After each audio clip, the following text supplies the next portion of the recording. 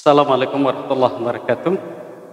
Kesempatan ini saya ingin menyampaikan hal yang berbeda. Kalau selama ini saya ingin bicara tentang persoalan pendidikan, tapi coba ada sudut pandang yang berbeda sekarang ini, bicara tentang COVID-19. Dan lebih spesifik adalah pandangan-pandangan anti-mainstream yang disampaikan oleh salah satunya Dr. Louis Irwin. Saya ingin menyampaikan begini. Sebelum kemudian menyampaikan pandangan-pandangan yang disampaikan oleh Dr. Louis, yang sejatinya juga tidak hanya Dr. Louis, tapi juga ada orang lain di luar sana juga bicara pandangan yang anti-mainstream yang berbeda selama ini yang kita pahami tentang COVID-19 dan virusnya.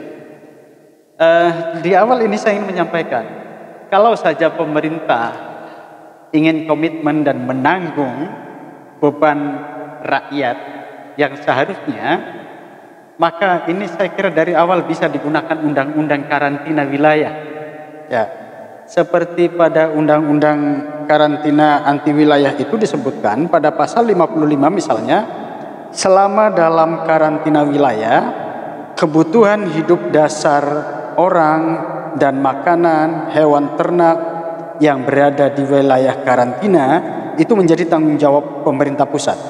Lalu kemudian pada pasal yang kedua, pada ayat yang kedua, pada pasal 35 itu disebutkan tanggung jawab pemerintah pusat dalam penyelenggaraan karantina wilayah sebagaimana dimaksudkan pada ayat 1 dilakukan dengan melibatkan pemerintah daerah dan pihak yang terkait. Artinya maksud saya begini, kalau saja dari awal pemerintah tegas dan komitmen untuk kemudian betul-betul ingin memproteksi rakyatnya dari virus corona ini, sehingga kemudian tidak berkembang seperti sekarang ini, gunakan saja dari awal tentang undang-undang karantina itu. Ya, cuma persoalannya mungkin ini APBN kita, keuangan kita jebol, sehingga kemudian kita tidak kuat untuk menggunakan undang-undang karantina ini untuk memproteksi rakyat supaya kemudian tidak seperti sekarang kejadiannya, terlambat dan sangat terlambat sekali. Dengan begitu, saya kira rakyat sekarang tidak hanya terbebani dengan persoalan efek dari COVID-19 ini, termasuk istilah-istilah yang ingin dihafal gitu loh. Apa ada istilah PSBB, ada PPKM mikro, ada PPKM darurat, bahkan sekarang ada PPKM level 1 sampai dengan 4. Untung saja tidak PPKM level pedas gitu. Ya, seperti yang ibu-ibu sukai itu kalau kemudian memesan sesuatu ya dengan cara online gitu misalnya. Lalu bagaimana? Konteks ini memang sejatinya ingin agar kita bebas dari corona dengan berbagai terma-terma yang ditawarkan oleh pemerintah.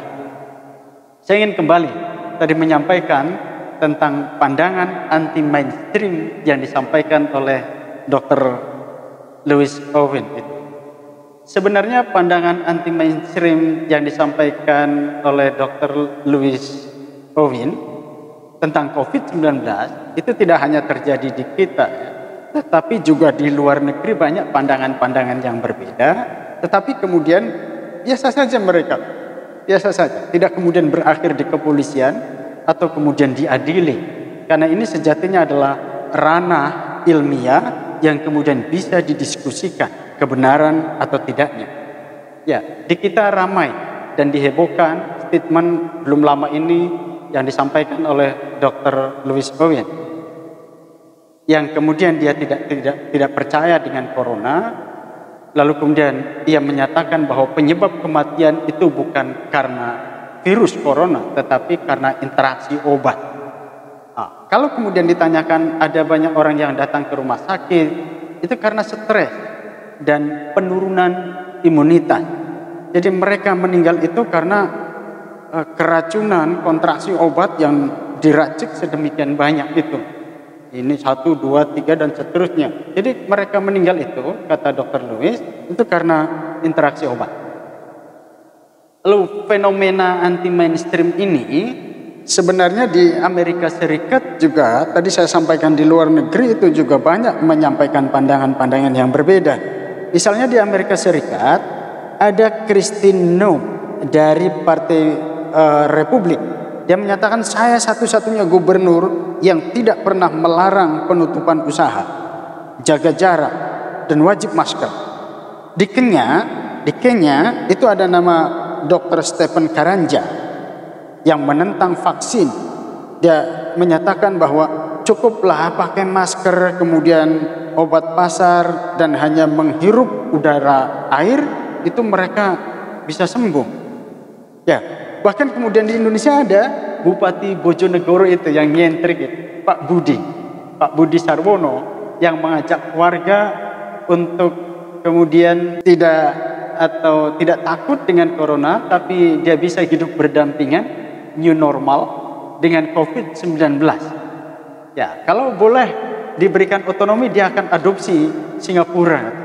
Biasa-biasa saja dengan COVID-19, dengan virus itu, karena bagi dia tidak ada COVID.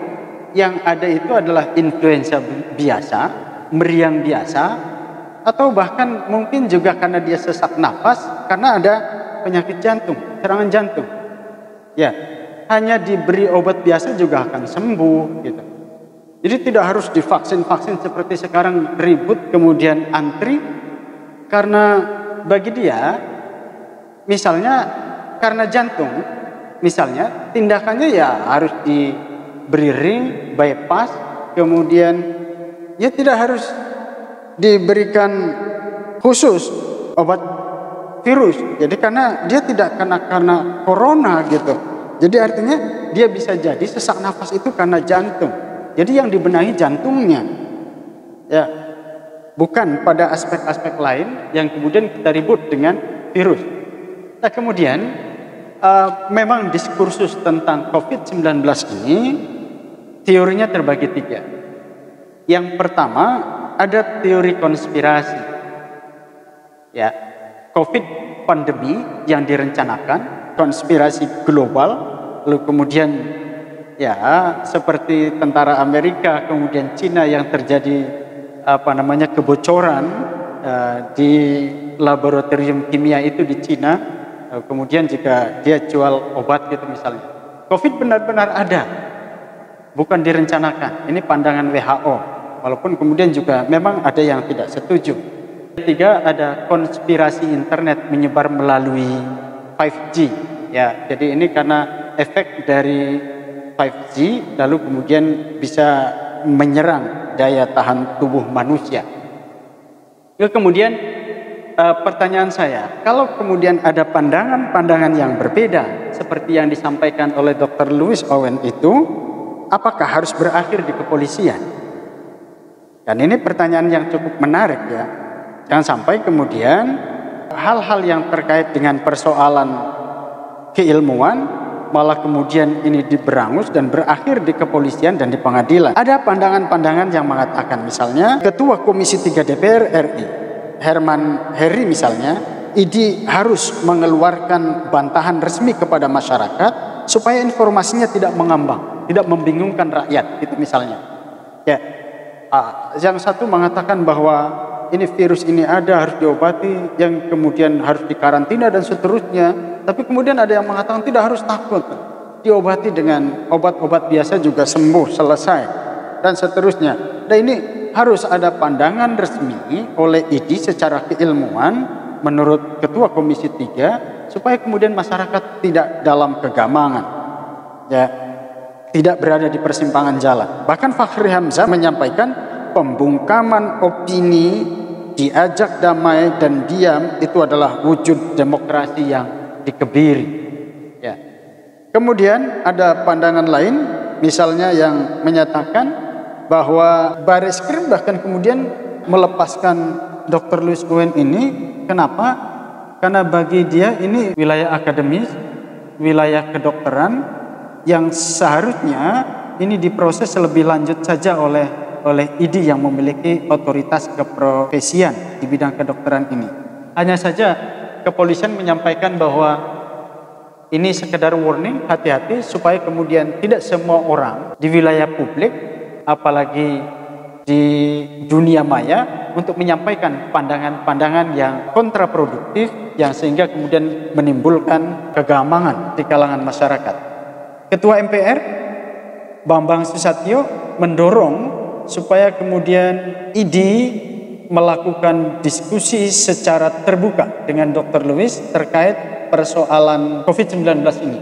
Jadi artinya bagi MPR ya mendorong ID supaya kemudian dilakukan diskusi yang intens, diskusi ilmiah, supaya kemudian tidak sama tadi itu, tidak terjadi kegamangan di bidang virus COVID-19 ini yang kemudian masyarakat menjadi bingung. Nah, pada akhirnya saya harus menyampaikan bahwa apakah COVID seperti yang disampaikan sebelumnya benar-benar ada atau hanya teori konspirasi? Tugas negara untuk hadir di tengah-tengah masyarakat dalam memberikan jaminan keamanan dan ketenangan melalui proteksi kebijakan yang dilakukannya.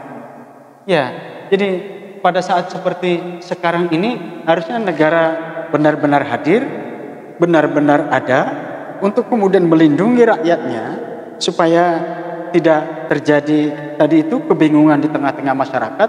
Bahkan yang lebih parah adalah kematian yang kemudian ditimbulkan oleh virus COVID-19 ini dengan sia-sia kepada masyarakat dan bangsa kita ini.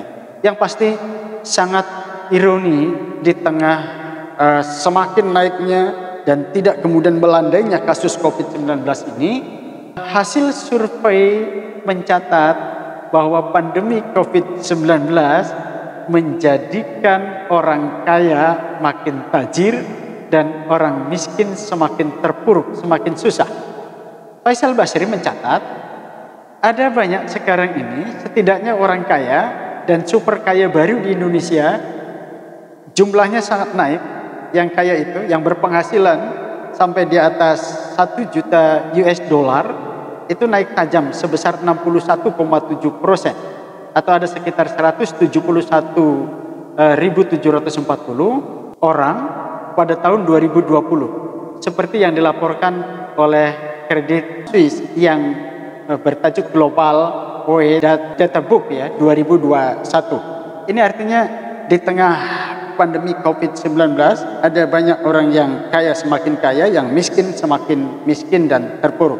Salah satu faktor yang menjadi pendorongnya adalah karena didorong oleh suku bunga yang rendah yang mendukung harga aset di pasar keuangan, ada ketimpangan yang sangat kontras dari sisi ekonomi di tengah-tengah masyarakat di era pandemi COVID-19 ini. Saya ingin berharap tentu bagaimana pemerintah tidak lagi melakukan kesalahan, ragu-ragu dalam menentukan kebijakannya, sehingga kemudian berefek pada persoalan tidak hanya terpuruknya ekonomi Indonesia, tetapi juga semakin menambah kematian penduduk kita. Nah, di era yang semacam ini diperlukan pemimpin yang tidak hanya baik dari sisi keinginan, tetapi dia mampu menangkap esensi yang terjadi pada era perubahan sekarang ini dengan efektif dan cepat dalam kepemimpinannya. Niat baik saja sekarang ini tidak cukup untuk menjadi pemimpin di era pandemi COVID-19, tetapi bagaimana dia membuat kebijakan-kebijakan yang efektif sehingga kemudian di era yang sulit diprediksi ini, lompat-lompat kejadiannya tidak linear, dia bisa mengantisipasinya dengan baik. Pada konteks yang semacam ini diperlukan pemimpin yang tidak hanya cerdas dari sisi intelektual, emosional, tetapi diperlukan satu lagi, adversity question. Adversity question itu adalah spirit of survival, semangat untuk tetap bertahan walaupun ujian terpaan semakin bertubi-tubi melanda bangsa kita, melanda wilayah yang dipimpinnya. Terima kasih. Mudah-mudahan akan muncul pemimpin-pemimpin yang semacam ini dan Indonesia akan tetap survive. Indonesia akan tetap tegak dan berdiri sebagai sebuah bangsa yang kompetitif, komparatif dibandingkan dengan bangsa-bangsa lain. Terima kasih. Assalamualaikum warahmatullahi wabarakatuh.